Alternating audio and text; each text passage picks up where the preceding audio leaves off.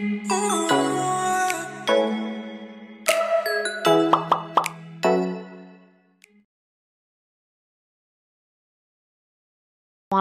warahmatullahi wabarakatuh. Selamat pagi semuanya. Jadi di sini kami dari kelompok 8 Prodi Pendidikan Agama Islam Sekolah Tinggi Agama Islam Sukabumi. Kami mendapatkan tugas di mata kuliah tafsir 3, yaitu kami akan membahas mengenai tafsir tarbawi lingkungan pendidikan. Ya, lingkungan pendidikan yang dimana dalam Al-Quran dijelaskan banyak sekali mengenai pendidikan, dalil-dalil mengenai pendidikan gitu. Yang dimana kelompok kami akan menjelaskan mengenai Quran surah Hud ayat 100 sampai 101 dan Quran surah Al-Isra ayat 16 sampai 17. Nah, untuk mempersingkat waktu, kami memiliki seorang narasumber yang akan menjelaskan tafsir dari ayat tersebut, yaitu Ustadz Arif Nur Fadil, yang dimana beliau adalah salah satu alumni mahasiswa Universitas Darussalam Gontor, Fakultas Usuluddin, Prodi Ilmu Quran Tafsir. Semoga penjelasan beliau bisa diterima dengan baik dan bisa dipahami semuanya. Terima kasih. Kita lanjutkan. Bismillahirrahmanirrahim. Assalamualaikum warahmatullahi wabarakatuh. Perkenalkan, nama saya Arif Nur Fadil, mahasiswa Universitas Darussalam Gontor, Fakultas Usuluddin, dari program studi Ilmu Al-Quran dan Tafsir. Di sini saya ingin menjelaskan beberapa penafsiran ayat Al-Quran, yaitu tentang pendidikan, tentang ayat pendidikan. Dalam surat Ali Imran ayat 110, dalam kitab tafsir Al-Misbah karya Quraisy Shihab, dijelaskan, A'udzubillahi minasyaitonirrajim, bismillahirrahmanirrahim. Kuntum khaira ummatin ukhrijat lin-nasi ta'muruna bil ma'rufi wa tanhauna 'anil munkar wa tu'minuna billah. Walau amana ahlul kitabi lakana khairan lahum minhumul mu'minuna wa aktsaruhumul fasiqun. Shadaqallahul azim. Dalam penafsirannya disebutkan kuntum, yaitu kamu wahai seluruh umat Muhammad dari generasi ke generasi berikutnya, sejak dahulu dalam pengetahuan Allah adalah, yaitu khairu ummatin, umat yang terbaik, adalah umat yang terbaik, karena adanya sifat-sifat yang menghiasi diri kalian, sekaligus umat yang dikeluarkan, yaitu ukhrijat ini yang dikeluarkan, yakni diwujudkan dan dinampakkan untuk manusia, linnasi untuk manusia seluruhnya sejak Adam hingga akhir zaman. Ini karena kalian adalah umat yang terus menerus hingga akhir zaman tanpa bosan menyuruh kepada yang ma'ruf, ta'muruna bil ma'ruf, menyuruh kepada yang ma'ruf, yakni apa yang dinilai baik oleh masyarakat selama sejalan dengan nilai-nilai ilahi, dan mencegah yang mungkar. Ta'muruna bil ma'ruf wa tu'minuna wa tanhauna 'anil munkar, mencegah yang mungkar, yakni yang bertentangan dengan nilai-nilai luhur, pencegahan yang sampai pada batas menggunakan kekuatan, dan karena juga kalian beriman kepada Allah Subhanahu wa taala, wa tu'minuna billah, beriman kepada Allah dengan iman yang benar, sehingga atas dasarnya kalian percaya dan mengamalkan tuntunannya dan tuntunan Rasulnya, serta melakukan amar ma'ruf dan nahi munkar. Itu sesuai dengan cara dan kandungan yang diajarkannya. Inilah yang menjadikan kalian meraih kebajikan.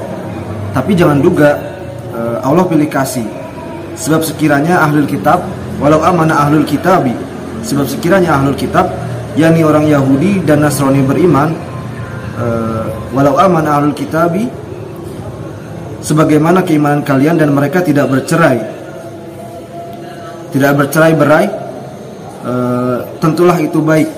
Walau amana ahlul kitabi lakana khairul lahum, tentulah itu baik juga bagi mereka. Lakana khairul lahum, bagi mereka. Minhumul mu'minuna, dan diantara mereka ada yang beriman sebagaimana iman kalian, sehingga dengan demikian mereka pun meraih kebajikan itu dan menjadi pula bagian dari sebaik-baik umat. Tetapi juga mereka tidak banyak.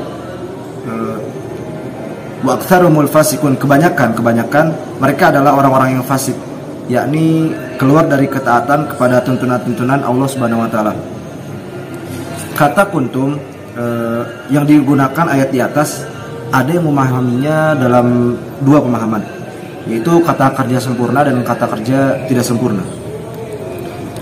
Karena tambah ini sehingga ia diartikan wujud yang sempurna, yakni kamu wujud dalam keadaan sebaik-baik umat. Sementara yang tidak sempurna karena nakisoh, dan dengan demikian ia mengandung makna wujudnya sesuatu pada masa lampau tanpa diketahui kapan itu terjadi, dan tidak juga mengandung isyarat bahwa ia pernah tidak ada atau suatu ketika akan tiada. Jika demikian, maka ayat ini berarti kamu dahulu dalam ilmu Allah adalah sebaik-baik umat.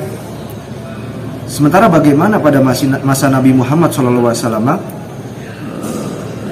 kuat dugaan bahwa demikian itulah keadaan mereka. Nah, bagaimana generasi sudah mereka atau generasi sekarang tidak disinggung? Boleh jadi lebih buruk dan boleh jadi lebih baik. Nabi Muhammad SAW bersabda, sebaik-baik generasi adalah generasiku, kemudian disusul dengan generasi berikutnya, lalu disusul lagi dengan generasi berikutnya. Tetapi di kali lain beliau bersabda, umatku bagaikan hujan, tidak diketahui awalnya, pertengahannya, dan akhirnya apakah baik. Ayat di atas menggunakan kata ummah, sementara dalam penjelasan ummatun, kata ini digunakan untuk menunjuk semua kelompok yang dihimpun oleh sesuatu seperti agama yang sama, waktu atau tempat yang sama, baik penghimpunannya secara terpaksa maupun atas kehendak mereka. Ini dalam penjelasannya Ar-Raghib Al-Asfahani dalam kitab Al-Mufradat fi Gharibul Quran. Bahkan Al-Quran dan hadis tidak membatasi pengertian umat hanya pada kelompok manusia. Seperti dijelaskan dalam Quran surat Al-An'am ayat 38, tidak satu burung pun yang terbang dengan kedua sayapnya kecuali umat-umat juga seperti kamu. Dalam hadis riwayat Muslim disebutkan semut yang berkeliaran juga umat dari umat-umat Tuhan. Jadi ikatan persamaan apapun yang menyatukan makhluk hidup, manusia atau binatang seperti jenis bangsa, suku, agama, ideologi, waktu, tempat, dan sebagainya, maka ikatan itu telah melahirkan satu umat, dan dengan demikian seluruh anggotanya adalah bersaudara. Sungguh indah dan lentur kata ini, sehingga dapat mencakup aneka makna, dan dengan demikian dapat menampung dalam kebersamaannya aneka perbedaan. Kali ini saya akan membahas tentang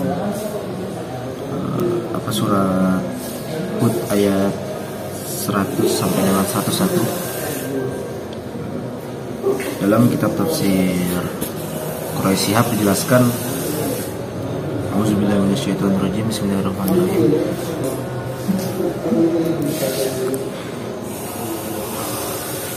Dzalika min amba'i al-qura naqussuhu 'alaika minha qa'imun wa hasid.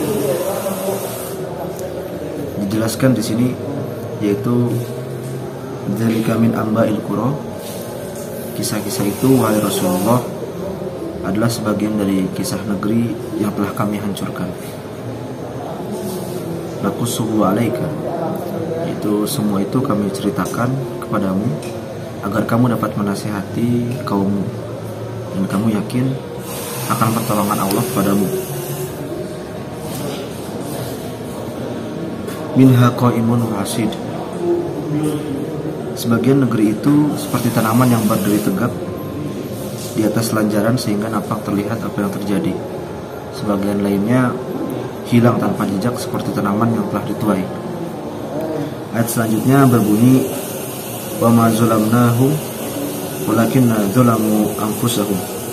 Wa ma zalamnahum walakin zalamu anfusahum. Fama agnat anhum alihatuhum allati yad'una min dunillahi min syai'in lamma jaa amru rabbik wa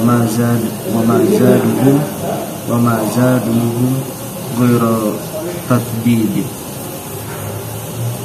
Dijelaskan wa ma zalamnahum, dengan kehancuran itu kami tidak menzalimi mereka, tetapi merekalah yang menzalimi diri sendiri, yaitu walakin zalamu anfusahum, tapi merekalah yang menzalimi diri sendiri dengan kekufuran, peribadatan kepada selain Allah dan membuat kejahatan di muka bumi. Fama agnat anhum alihatuhum, pada saat perintah Tuhanmu datang, wahai Nabi, Tuhan-Tuhan yang mereka sembah selain Allah itu tidak mampu menolak kebinasaan yang menimpa mereka. Allati yad'una min dunillahi min syai', juga tidak dapat mendatangkan manfaat sedikit pun untuk mereka.